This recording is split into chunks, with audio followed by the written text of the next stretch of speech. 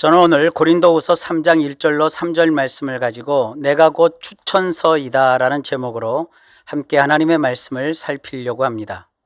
누군가 일자리를 얻거나 학교에 지원할 때 꼭 들어가는 기본 서류가 추천서입니다. 거기에는 추천받는 사람이 그 조건에 아주 적합한 사람이니까 꼭 그를 받아주십사 하는 내용이 담깁니다. 오늘 성경 본문에도 그러한 추천서에 관련한 이야기가 나옵니다. 바울은 지금 1년여 년 전에 자신이 개척한 고린도 교회에 아주 심각한 문제가 생겨서 그것을 긴급히 해결해야 되는 그러한 시점에 서 있습니다. 그 문제를 해결하기에 앞서 일각에서는 과연 바울과 그의 팀이 고린도 교회의 일에 개입하여 콩 나오라 팥 나오라 할 자격이 있는가? 정말 믿을 만한 사도이며 팀인가 하는 의문을 제기하였습니다. 이에 대하여 바울은 자기 자신과 자기와 함께한 팀에게 있어서는 따로 종이 쪼가리에 불과한 추천서는 필요 없다고 강력하게 어필을 합니다. 고린도 교회는 신약 성경에 등장하는 여러 교회들 가운데 가장 문제가 많은 교회로 손꼽힙니다. 이 고린도 교회를 처음 개척한 분은요, 바울입니다. 바울은 고린도에 들어가서 1년 6개월 정도 머물면서 그곳에 교회를 세웁니다. 그런데 바울은 그의 선교 사역 특성상 한 교회에 오래 머물러 있을 수가 없습니다. 다른 지역에 가서 또 다른 새로운 교회를 개척하는 그런 패턴으로 일을 했습니다. 그래서 1년 6개월 정도 목회하신 다음에 다른 곳으로 갑니다. 그 뒤에 거짓 교사들이 슬며시 교회에 들어와 가지고는 바울이 전했던 복음과는 전혀 다른 그러한 결을 가진 소위 가짜 복음을 전하고, 그리고 바울이 그렇게 심지어 강조했던 교리를 다 뒤엎는 그러한 거짓 가르침을 펼칩니다. 그렇게 한 결과 1년 정도 지나는 동안 고린도 교회가 온갖 문제로 뒤범벅이 됩니다. 비단 교리적인 문제뿐만이 아닙니다. 추접한 도덕과 윤리적인 문제도 생기고요. 아주 굉장히 난잡한 영적 은사의 문제로 교회가 온통 골치 아픈 일로 가득하게 됩니다. 정말 어디서부터 어떻게 아무도 손 쓸 수 없는 그런 상태가 됩니다. 하지만 그럼에도 불구하고 고린도 교회에는 바울에게 가르침을 받아 예수님을 알고 또 믿게 되었던 정말 신실한 그리스도인들도 상당수 남아 있었습니다. 바울은 비록 고린도 교회 안에 거짓 가르침을 설파하는 거짓 교사들과, 그리고 영적으로 신앙적으로 도덕과 윤리적으로 타락한 생활을 밥 먹듯이 하고 있는 그런 사람들이 그야말로 포진하고 있는 고린도 교회이지만, 여전히 그 교회 안에는 바울의 가르침을 따라 신실하게 주님을 따르고 믿는 그러한 그리스도인이 있다는 사실을 지목하면서 그들을 가리켜 그리스도의 편지라고 소개하고 있습니다. 그리스도의 편지라고 했을 때 이 편지를 에피스톨레라고 하는데, 이것은 일종의 공식 문서와 같은 거예요. 그래서 그리스도의 편지라고 하면 이것은 예수 그리스도께서 직접 쓰시고 친히 친필로 서명하신 그러한 공식 문서급 정도 되는 거예요. 이 얼마나 놀랍고 대단한 일입니까? 복잡하고 심각한 문제에 휘둘리고 있는 고린도 교회였지만 그 안에는 분명히 예수님을 신실하게 믿는 참된 그리스도인들이 있었습니다. 그들뿐만 아니라 오늘날 예수 그리스도를 믿는 저와 여러분들 모두를 향하여 성경은 그리스도의 편지라고 말합니다. 다시 말하여 예수님을 믿는 저와 여러분은요, 예수 그리스도께서 친히 작성하고 친필로 서명하신 추천서 그 자체라는 뜻입니다. 그러니까 사람들이 우리를 무엇을 보고 믿어주겠습니까? 무엇을 보고 우리를 신실하다고 여기겠습니까? 예수 그리스도께서 친히 작성하신 추천서를 보고, 저 사람은 정말 그리스도에게 속한 사람이다. 저 사람은 정말 하나님을 신뢰하고 하나님을 경외하는 사람이다. 이렇게 평가하지 않겠습니까? 정말이지 우리가 예수 그리스도께서 직접 쓰시고 친히 서명하신 추천서 그 자체라고 한다면 사람들이 우리를 볼 때, 그리고 우리를 평가할 때 우리의 됨됨이라든지 우리의 허물지고 죄된 그러한 본성을 보는 것이 아니라 우리에게 기록한 그리스도의 그 추천의 내용을 보고 우리를 평가한다는 거예요. 달리 말해 사람들은 우리가 하는 행동, 우리가 하는 말, 우리가 보이는 표정, 우리가 살고 있는 삶의 방식, 그런 것을 통해서 우리를 추천한 그리스도를 본다는 겁니다. 오늘 본문을 보면 이러한 그리스도의 편지를 어디에다가 어떤 식으로 기록하는지가 나옵니다. 그것이 3절입니다. 이는 먹으로 쓴 것이 아니요 오직 살아계신 하나님의 영으로 쓴 것이며 또 돌판에 쓴 것이 아니요 오직 육의 마음판에 쓴 것이라. 아멘. 이 한 구절에 우리 기독교 신앙에서 아주 중요시하는 세 가지 요소가 등장합니다. 하나는 푸뉴마라고 하는 영이고, 둘은 사르키노스라고 하는 육이고, 셋은 카르디아라고 하는 마음입니다. 영은 영이 돼 살아계신 하나님의 영, 곧 성령님을 뜻하고요. 육이라는 단어는 성경에서 긍정적으로도 쓰이고 부정적으로도 쓰이는 단어인데요. 여기서 쓰인 것은 긍정적인 뜻입니다. 그래서 우리가 세상을 살아가면서 활동하는 모든 우리의 행동을 뜻하는 단어입니다. 마음이라고 하는 것은 우리의 이성, 감성, 의지를 복합한 우리의 내면 전체를 의미합니다. 쉽게 말해 그리스도의 편지라는 것은 이런 뜻입니다. 우리가 예수님을 믿잖아요. 예수님을 믿으면 예수님께서 그래 너 어디 한번 잘 믿어봐라, 잘 믿는지 안 믿는지 내가 이렇게 지켜볼게, 그러는 게 아니거든요. 예수를 믿는다는 것은요, 예수님과 세상을 같이 산다는 뜻이에요. 그래서 예수님은 우리의 연약함을 아시기 때문에 성령님을 보내주세요. 성령님을 다른 말로 그리스도의 영, 예수님의 영이라고 하거든요. 우리 인간 속에는요, 세상 사람들이 모르는 성령님만이 거하시는 푸뉴마라고 하는 공간이 있어요. 성령님이 거기에 들어오셔서 우리 안에서 거주하시면서 함께 사시는 거예요. 우리가 성령님과 동행하잖아요. 그러면 우리 생각 속으로만 성령님 성령님 그러는 것이 아니라 실제로 삶 속에서 우리가 몸쓰는 그 모든 일에 성령님이 우리와 함께 하세요. 우리가 하는 말, 우리가 하는 행동, 우리가 내리는 어떤 결정, 우리가 하는 어떤 선택, 우리가 사람과의 만남에서 겪는 여러 가지 감정, 느낌, 이 모든 것에서 성령님이 우리와 함께 하세요. 이것이 우리 내면에 있는 카르디아고요, 우리의 이 사르키노스라고 하는 육체를 뜻하는 거예요. 우리의 육체와 우리의 내면에서 성령님이 우리와 함께 생활을 하세요. 이러한 일상의 모든 삶을 우리 예수 그리스도께서 보시면서 우리를 위해서 여러 가지 것들을 기록하시는 거예요. 우리의 일상에서, 우리의 정신에서, 우리의 행동에서 그리스도께서 친히 우리의 삶을 쓰시는 거예요. 그러니까 외부에서 사람들이 우리를 보면서 우리에게서 그리스도를 느끼는 거죠. 어떤 것을 볼 때 그동안에는 죄된 심성으로만 봤는데 성령님께서 어떤 것을 신앙으로 볼 수 있게 하거든요.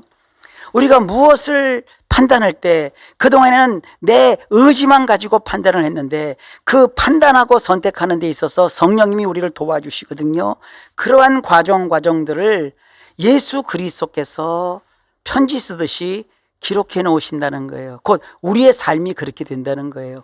전에는 하나님 없이 살던 사람이었어요. 그래서 우리를 볼 때 사람들이 저 사람 죄인이야, 죄성 가득해, 아이고 성격이 어때 저때, 저 사람은 뭐 생각하는 것이 어떤 방식이야, 이렇게 했는데 이제 사람들이 우리를 볼 때마다 저 사람 생각하는 게 우리와 좀 달라, 저 사람이 저 어려움 속에 우리 같으면 포기하고 좌절하고 끝냈을 텐데 그러지 않아. 뭔가 신비한 영역이 그의 삶에 있어. 우리 같으면 다 망쳤다고 포기하고 끝내버릴 것 같은데 저 사람은 안 끝내네. 저 사람은 기도하네. 저 사람은 저럴 때 희망을 가하네. 저 사람은 정말 인간적으로는 볼품이 없는데 굉장히 품위가 있네. 품격이 느껴지네. 저 사람은 하나하나의 행동 거지거지마다 천사 같은 모습이 있네. 이렇게 본다는 거예요. 그것이 뭐냐? 그리스도께서 우리에게 적어 놓으신 그리스도의 편지라는 거예요. 바울은 이 그리스도의 편지를요, 고대 사회의 기록의 매체인 돌판이 아니라 우리의 마음판에 새긴다라고 말씀하고 있습니다. 바울 시대에는 돌이나 나무에 잉크로 글자를 쓰거나 아니면 정으로 돌이나 나무에 이렇게 새겨서 글자를 썼거든요. 이렇게 기록하는 행동 일체를 가리켜서 앵라포라고 합니다. 돌판이나 나무판에 잉크로 글자를 쓰면 이것은 세월이 지남에 따라 자연스럽게 글자가 흐려지게 마련이고요. 때로는 완전히 지워져서 없어지기도 합니다. 그리고 돌판일 경우에는 어떤 충격이 가해지면 산산조각이 나서 완전히 쓸모 없게 됩니다. 그런데 예수님께서는요, 그 편지를 우리의 마음판에 새긴다는 거예요. 우리가 죽기 전에는 그 새겨놓은 글자가 사라지거나 없어지지 않는다는 것을 우리가 생각해 볼 수 있습니다. 쉽게 말하면 그리스도의 편지는 쉽게 흐려지거나 사라지거나 없어지지 않는 영원성을 가지고 있다는 뜻입니다. 마음판이라고 했을 때 여기서 판을요, 플락스라고 하는데 이것이 요즘 말로 하면 태블릿입니다. 요즘 가장 대표적인 태블릿이 뭡니까? 평판에다가 여러 정보를 이렇게 디스플레이 하는 것이니까요. 무슨 아이패드나 갤럭시 탭 같은 것도 있지만 조그만 것도 있잖아요. 그것이 뭐예요? 여러분 자주 쓰시고 가지고 계시는 스마트폰이 바로 이런 태블릿과에 속하는 거예요. 이런 태블릿을 가지고 우리는 사진도 찍습니다. 동영상도 촬영합니다. 그리고 거기다가 글자도 써서 남깁니다. 음성도 녹음합니다. 그리고 요즘은 SNS가 발달했잖아요. 그래서 그곳에 사진도 올리고 동영상도 올리고 우리가 글도 남기면서 뭔가를 기록하고 자기 혼자만 간직하는 것이 아니라 또 가까운 사람과 함께 공유하기도 하고 전혀 일면식도 없는 사람들에게 널리 공개해서 자기 자신을 이렇게 나타내기도 하는 그런 일을 하고 있지 않습니까? 주로 우리가 공개하는 것들을 보면 뭡니까?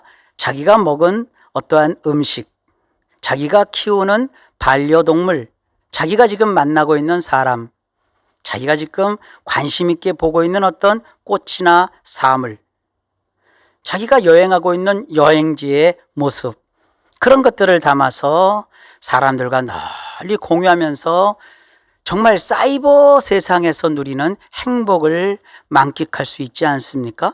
자랑도 하고 정보를 공유하고 서로 좋아요 누르면서 공감도 합니다. 예수님은 성령님을 통하여 우리와 함께 생활하시면서 마치 우리가 스마트폰을 가지고 하듯이 수많은 자취를 남기십니다.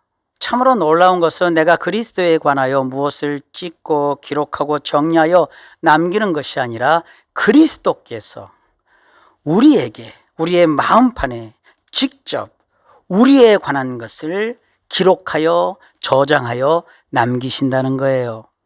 그렇게 하심으로써 어떤 효과가 생깁니까? 사람들이 짜잔하고 나타난 예수님을 보는 것이 아니라 우리를 보는 거예요. 우리 속에 남긴 그리스도의 자취를, 그리스도의 흔적을 사람들이 보는 거예요. 우리의 언어, 우리의 행동, 우리의 말, 우리의 표정, 우리의 자세, 우리의 어떠한 보여주는 에티켓, 우리의 겸비하고 아름다운 삶의 모습, 그리고 고난 속에서, 역경 속에서 굴하지 않고 의연하게 서 있으며 분연히 일어나는 우리의 그러한 모습, 창조적이고 진취적이고 정말 세상 일에 꿀리거나 굴하지 않고 멋지게 살아가는 그리스도와 동행하는 모습을 보면서 사람들이 그리스도를 보는 거예요.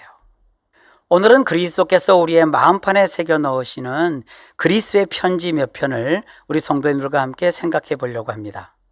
살다 보면 내가 부정적인 감정에 휘둘려 힘들어할 때가 있습니다. 그럴 때 그리스도께서 우리의 마음판에 어떠한 내용의 그리스도의 편지를 새겨 넣으실까요? 지내다 보면 원하지도 않고 바라지도 않았는데 부정적인 감정이 자신도 모르게 막 속에서 솟구쳐 올라오는 때가 있어요. 어딘지 자꾸 마음이 허전할 때, 왠지 자꾸 우울한 느낌이 들 때, 산다는 것이 참 고달프고 지치고 힘들 때, 몸 어딘가가 자꾸 아플 때, 돈이 궁하여 어려울 때, 누군가로 인하여 배신감이 막 몰려올 때, 아무리 생각해봐도 나는 불행하다라고 느낄 때, 애매히 공격받고 모함받고 따돌림을 받을 때 자주간 많은 경우가 있어요. 이런저런 상황에서 우리는 부정적인 감정의 반응을 하게 마련입니다. 우리가 여차저차 이유에 어떻게 됐든 부정적인 반응을 할 때 우리에게서 보이는 모습들이 있다고 합니다. 그것을 한 8가지 정도로 정리해 볼 수 있는데요. 그 8가지 내용을 좀 보면 이렇습니다. 우선 이분법적인 사고를 해요. 이게 뭡니까? 실패 아니면 성공이에요. 어둠 아니면 빛이에요. 행복 아니면 불행이에요. 딱 인생을요 흑백으로 갈라놓고 이분법적으로 보는 거예요. 사람이 살다 보면 실수도 할 수 있고요. 사람과 만나다 보면 실망할 때도 있고, 나만 실망합니까? 내가 또 상대방에게 실망감을 줄 수도 있잖아요. 그렇게 살다 보면 우리가 때로 넘어질 때도 있고 그래요. 근데 이분법적인 사고를 하게 되면 어떻게 되느냐? 한 번 실패는 끝난 거예요. 누구에게 실망을 줬거나 내가 실망하면 그것으로 이제 그 사람과는 완전히 단절되는 거예요. 이렇게 딱 두부 자르듯이 잘라버리는 이런 사고를 한다는 거예요. 부정적인 사람일수록. 그리고 부정적인 사람에게서 관찰되는 두 번째는 뭐냐면요, 성급한 일반화가 있어요. 그냥 한 번이거든요. 한 번 잘못이고 한 번 죄 짓는 거고 한 번 실수한 건데 그 앞에다가 이렇게 붙여요. 항상, 늘 이렇게 붙이는 거예요. 한 번으로 안 끝나는 거예요. 너는 늘 그래. 너는 항상 그래. 억울하죠, 상대방은요. 항상 그런 게 아니라 어쩌다 그런 거거든요. 근데 성급하게 일반화를 시키는 그런 경향을 부정적인 사람이 갖고 있어요. 그러니까 부정적인 사고를 자꾸 하고 부정적으로 뭔가를 이렇게 반응하는 것을 습관화하면은요, 여러분 사는 일이 참 고달파요. 그냥 저 사람이 어쩌다가 나를 못 알아볼 수도 있는 것이죠. 서로 마주치고도 인사를 못 할 수도 있는 거죠. 그냥 지나가면 되는데, 저 사람이 나한테 삐쳤어? 저 사람이 나에게 어쩌면 저럴 수 있어? 하고 그 사람에 대해서 다 싸그리 부정해버리는 거예요. 이게 성급한 일반화예요. 전화를 했는데 상대방이 안 받는 거예요. 안 받을 수도 있고 못 받을 수도 있죠. 무음으로 해서 못 받을 수도 있는 거예요. 근데 한 번 전화했는데 상대방이 전화를 안 받으면 씹었네? 이 사람 날 미워하나 봐. 이제 이 사람과는 내가 이제 끝난 건가? 이렇게 단정해버려요. 이것이 성급한 일반화입니다. 부정적인 생각을 하고 부정적인 반응을 하는 사람은 이러한 성급한 일반화를 하는데 아주 익숙해요. 그 다음 세 번째로 정신적인 필터가 있어요. 필터가 뭡니까? 뭘 걸러내잖아요. 근데 부정적인 사람은요, 필터에서 긍정적인 것은 다 걸러내요. 좋은 요소는 다 빼버려요. 희망적인 것은 다 걷어내버려요. 그리고 부정적인 것만 받아들이려는 경향이 있어요. 뭘 하나 생각할 때도 부정적인 쪽으로만 봐요. 여러분, 인생 살면서 남에게 지적받을 수 있잖아요. 나무람, 꾸지람을 들을 때도 있잖아요. 심할 경우 욕도 들을 수 있고요. 또 인격적인 모멸감을 느낄 정도로 아주 그야말로 루저 취급을 받을 때도 있어요. 근데 부정적인 사람은 그것을 툭 쳐내버리지 않습니다. 이쪽을 봤을 때 이게 나를 힘들게 하는 거면 저쪽을 보면 되는데 그렇게 못해요. 그 하나의 상처, 그 하나의 아픔, 그 하나의 부정적인 반응을 속에 꽁 하고 새겨요. 그런 부정적인 감정에 사로잡혀서 거기에 자기 인생을 걸어요. 이게 부정적인 사람의 가지고 있는 특성입니다. 그리고 부정적인 사람에게서 관찰되는 네 번째 특징은요, 개인화시키기예요. 여러분, 살다 보면 어쩔 수 없는 일이 있어요. 어떻게 하다 보면 이게 잘 안 되는 때가 있어요. 근데 그것이 왜 다 자기 탓이라고 해야 합니까? 그게 왜 다 여러분 탓입니까? 아니에요. 물론 내가 잘못해서 일을 그르치는 경우도 있지만 세상 만사가 다 그런 것이 아닙니다. 그러니까 부정적인 사람은 뭔 조금만 일만 생겨도 다 내 탓. 누구한테 이렇게 좀 안 좋은 취급을 받았어요. 그러면 상대방이 화가 났든지 상대방이 잘못 봤든지 상대방이 뭔가 나에 대해서 오해한 것일 수도 있잖아요. 근데 부정적인 사람은 내가 뭘 잘못했구나. 나는 항상 이렇게 실수투성이구나. 나는 사랑받지 못하는구나. 나는 정말 못났구나. 이 부정적인 생각을 이런 식으로 개인화시키면서 많이 한다는 거예요. 그리고 부정적인 사람에게서 관찰되는 다섯 번째 특징은요, 낙인 찍기를 잘해요. 어디 나이도 어린 놈이 건방지게 감히 막 이렇게 반응을 해요. 그래서 한두 가지 모습만 보고 상대방을 그냥 낙인 찍어 버리는 것을 부정적인 사람들이 잘한대요. 그 다음에 부정적인 사람에게서 관찰되는 특징은요, 강박감이라는 게 있어요. 이걸 정리하면 이런 거예요. 왜 못하는데? 왜 못해주는데? 여러분, 사람이 누군가에게 뭘 바라고 기대할 수 있어요. 그것이 이루어지면 참 다행이지만 이루어지지 못할 수도 있거든요. 그러나 강박감이 있는 사람은요, 그것을 이해를 못해요. 상대방에게 계속 요구해요. 해야 돼. 너 나한테 해줘야 돼. 왜 안 해주는 거야? 왜 안 해주면서 나에게 네가 그럴 수가 있어? 왜 안 해줘? 이걸 해야 돼. 이렇게 막 상대방을 몰아붙이고 상대방의 입장은 생각하지 않는 거죠. 상대방의 어떤 의견을 듣지 않는 거죠. 그걸 다 쌍따 무시하고 그걸 내리 누르죠. 그리고 자기 뜻만 자꾸 표출하고 자기 뜻만 몰아붙이는 거죠. 이렇게 강박감의 특징 중에 하나거든요. 예를 들어 성장기에 있는 자녀가 부모에게 스마트폰을 바꿔달라고 할 수 있어요. 그건 아주 자연스럽고 정상적인 거거든요. 그런데 부모님에게는 형편이라는 것이 있어요. 그런 것들은 고려치 않고 부정적인 생각을 하고 강박감이 있으면 이렇게 돼요. 왜 안 해주는데? 왜 못 해주는데? 누구누구네 아빠는, 누구누구네 엄마는 즉각 스마트폰을 해줬는데 왜 우리 엄마 아빠는 안 해주는 거야? 왜 안 해주는데? 왜 내가 새로운 것을 받지 못하는데? 이러면서 부모에게 막 분노하고 막 실망해요.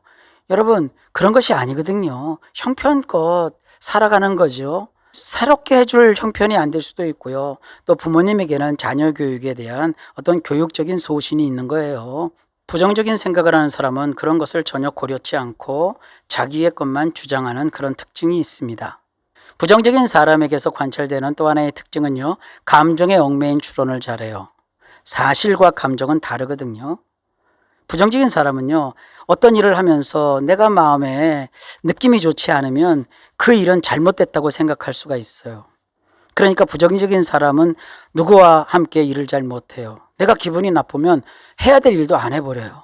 그러니까 부정적인 사람이 많으면 어떤 공동체나 사회나 가정이 참 뭔가 추진하는 데 있어서 힘이 많이 들어요. 부정적인 감정으로 반응하는 사람들이 가지는 여덟 번째 특징은요, 임의적 추론을 잘해요. 이게 무슨 말이냐면요, 부정적인 생각과 과도한 걱정으로 거기에 휘말려서요, 쉽게 결론부터 도달해요. 어떠한 근거도 없이 결론에 이르게 돼요. 이 사람들은요, 뭔가 대화해도요, 답부터 내요. 답부터 찾아요. 예를 들어서 무슨 환경이 오염됐다. 지구가 위험하다. 지구의 종말이 이제 10분 남았다. 큰일 났다. 끝장이다. 이렇게 딱 자기 나름대로 추론하여서 결정부터 내려요. 걱정이 얼마나 심한지 몰라요. 누군가 와야 될 시간에 오질 않아요. 그럼 걱정부터 해요. 와, 오다가 교통사고 당했나? 강도를 만났나? 왜 온다고 한 사람이 아직도 안 올까? 큰 일이 터졌나 보다. 이렇게 해놓고 걱정만 해요. 실제로는 차가 막힌 거거든요.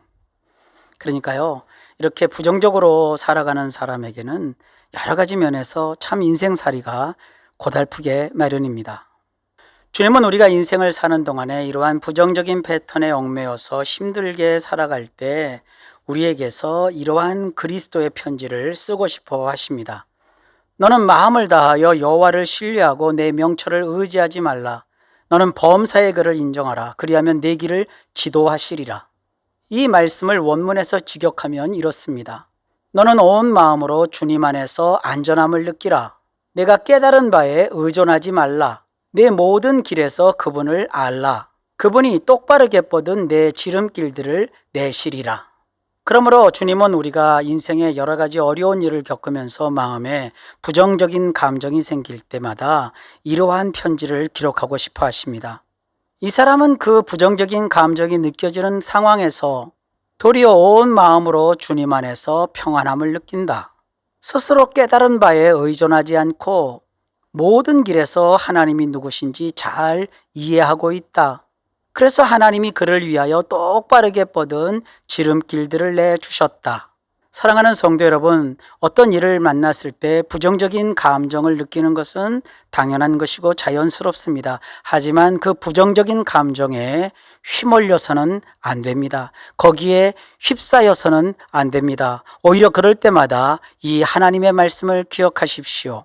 오직 강하고 극히 담대하여 나의 종 모세가 내게 명령한 그 율법을 다 지켜 행하고 우로나 좌로나 치우치지 말라. 그리하면 어디로 가든지 형통하리니 이 율법책을 내 입에서 떠나지 말게 하며 주야로 그것을 묵상하여 그 안에 기록한 대로 다 지켜 행하라. 그리하면 내 길이 평탄하게 될 것이라. 내가 형통하리라. 아멘. 그리고 이번에는 부정적인 감정과는 달리 내가 행복감을 느끼면서 기뻐하고 즐거워할 때 주님께서 우리 마음판에 새기고자 하시는 그리스도의 편지가 있습니다. 하나님은 우리의 인생살이에서 거칠고 험한 일만 주지 않습니다. 성경에서 대표적인 고난의 사람 욥도 거칠고 험한 인생만 살지 않았습니다. 그의 결말을 우리는 알고 있습니다. 성경은 이렇게 말하고 있거든요. 보라, 인내하는 자를 우리가 복되다 하나니 너희가 욥의 인내를 들었고 주께서 주신 결말을 보았거니와 주는 가장 자비하시고 긍휼히 여기시는 이시니라. 아멘. 성경 욥기 42장 12절에 이르기를 여호와께서 욥의 말년에 욥의 처음보다 더 복을 주시니 라고 했습니다. 우리가 사는 삶이 욥처럼 극적일 필요는 없습니다. 그래서 우리도 욥처럼 자식을 잃어버리거나 재산을 다 빼앗기거나 부부가 서로 헤어지거나 온 몸에 중병이 걸리거나 살림살이와 인생이 거덜날 필요가 없습니다. 하나님이 또 그렇게 하지도 않으십니다. 그러면 무엇입니까? 다만 우리가 일상에서 작은 행복감을 느끼며 소소한 것에서 삶의 의미를 발견하고 꾸준하게 즐겁고 기뻐하면서 살아가는 삶의 패턴이 참 중요하고 그렇게 사는 것이 하나님이 오늘날 우리에게 바라시는 우리의 삶의 모습이라는 것을 기억하시기 바랍니다. 우리의 각성을 돕는 좋은 시 한 편이 있어서 제가 소개하려고 합니다. 시인은 부산에서 활동하고 계시는 분인데요. 홍수희 씨라고요. 이분이 쓴 시입니다. 행복한 결핍입니다. 그러고 보니 행복이다. 만나고 싶어도 만날 수 없는 사람 하나 내게 있으니 때로는 가슴 아린 그리움이 따숩기 때문. 그러고 보니 행복이다. 주고 싶은 마음 다 못 주었으니 아직도 내게는 촛불 켜는 밤들이 남아있기 때문. 그러고 보니 행복이다. 올해도 꽃을 피우지 못한 난초가 곁에 있으니 기다릴 수 있는 겸손함을 배울 수 있기 때문. 그러고 보니 행복이다. 내 안에 찾지 못한 길이 있으니 인생은 지루하지 않은 여행이기 때문. 모자라면 모자란 만큼 내 안에 무엇이 또 자라난다. 그러고 보니 행복이다. 그렇습니다, 여러분. 우리가 가만히 생각해 보면 그러고 보니 행복이다. 이렇게 무릎을 팍 치면서 깨달을 때가 있어요. 마태복음 15장에 보면 예수님께서요, 보리떡 7개와 물고기 2마리로 4,000명의 사람들을 배불리 먹이고도 7광줄이 가득히 남게 한 기적이 기록되어 있습니다. 여인과 아이들을 뺀 숫자가 4,000명이라고 했으니 합쳐보면은요, 한 8,000명 정도 되는 엄청난 숫자일 거예요.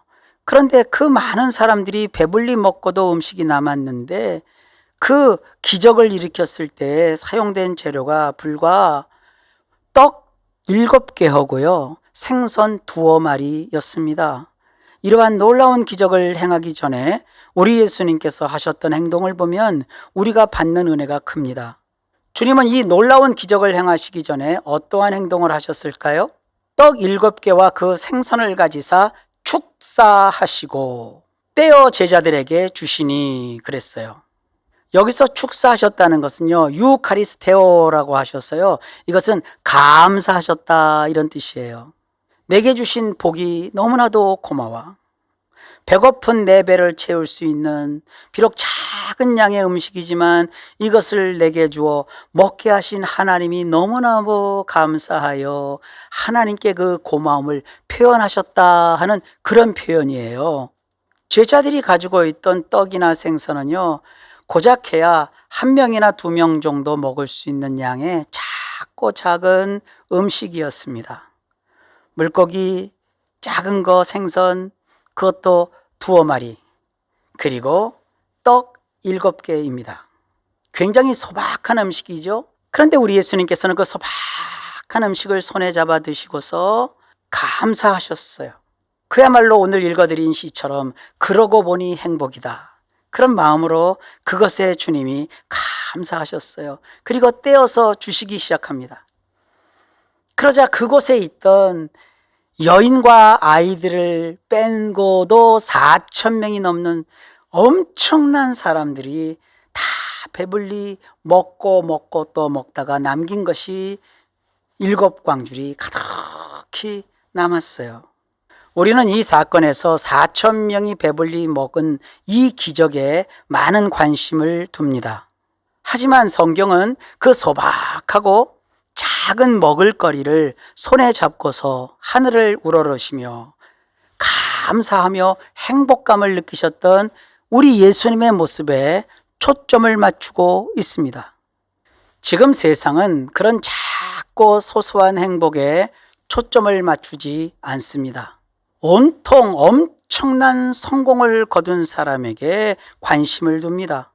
몇백억을 벌었다, 어마어마한 수익을 얻었다, 이런 물리적인 번창을 축복이라고 여깁니다.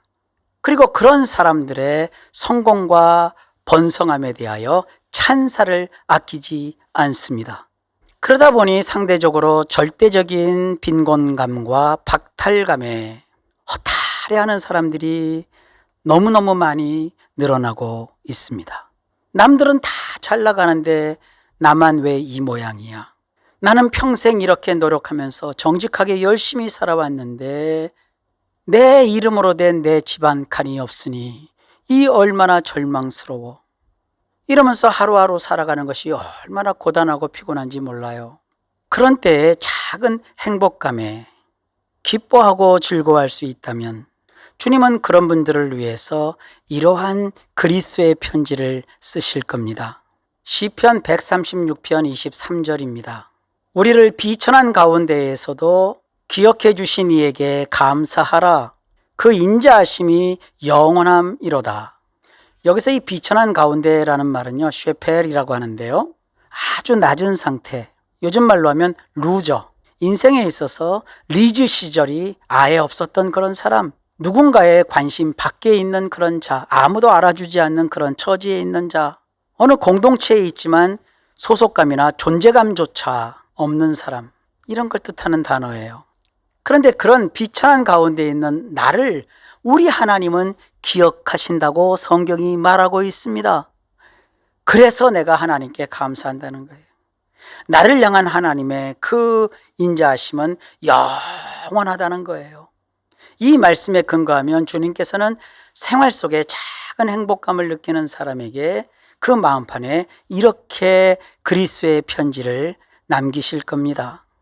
이 사람은 아무도 관심도 주지 않고 알아주지도 않는 쉐펠한 상태, 비천한 자이다. 그러나 그는 그러한 비천한 상태임에도 불구하고 하나님이 나를 기억하신다는 사실을 확실하게 알고 있고 깨닫고 있고 확신하고 있는 자이다. 그것이 이 사람의 감사 이유이다. 그래서 그는 진심으로 하나님을 감사하며 산다. 하나님은 이 사람을 그냥 두지 않고 하나님의 인자, 하나님의 캐세드를 주어 영원토록 그에게 머물게 하셨다.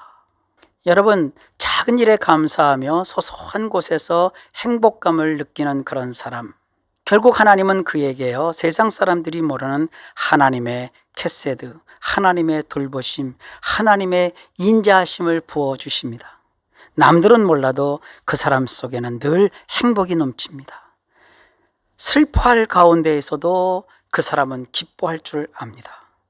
세상적으로 감사거리가 단 한 개도 없는데도 그는 늘 감사가 많은 것을 가지고 호의호식하며 떵떵거리며 사는 사람보다 더 진하고 더 위대하고 더 크고 더 무거운 감사가 끊이지 않습니다.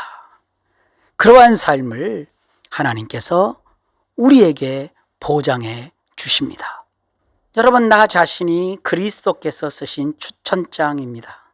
사람들은 나를 보고서 예수를 믿으면 저렇게 되는구나, 저 사람이 정말 예수님과 함께 사는 사람이구나, 이렇게 느낄 수 있을 겁니다. 성도 여러분, 사는 것이 고달프고 버겁고 힘들 겁니다. 하지만 우리는 세상 사람과는 삶의 결 자체가 다릅니다. 기억하십시오. 저와 여러분을 보시는 하나님의 관점은 다릅니다.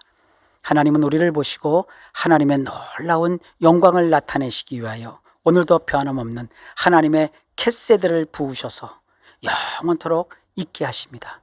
주님과 함께 살아가는 행복감을 누리는 작은 일에 그러고 보니 행복이다, 이렇게 말할 수 있는 우리 모든 성도님들 되시길 바랍니다. 이번 한 주간 동안에도 덥지만, 그리고 여러 가지 어려움이 있지만 주님 안에서 주님이 나에게 쓰시는, 내 인생 마음판에 쓰시는 그리스도의 편지의 내용을 기억하시면서 이기고 승리하시는 멋진 인생, 행복한 인생 살아 누리시기를 간절히 예수님의 이름으로 축복합니다. 기도합니다. 하나님 아버지, 우리의 마음판에 그리스도께서 직접 편지를 써서 추천장을 내놓으신다는 사실을 알게 하시니 감사합니다. 우리를 보고 예수님을 세상 사람들이 알아차린다는 사실을 오늘 깊이 깨달았사오니 우리 마음속에 작은 일에 사소한 행복감을 만끽하면서 이 세상 살아가도록 도와주옵소서. 우리 주 예수님의 이름으로 간절히 기도하옵나이다. 아멘.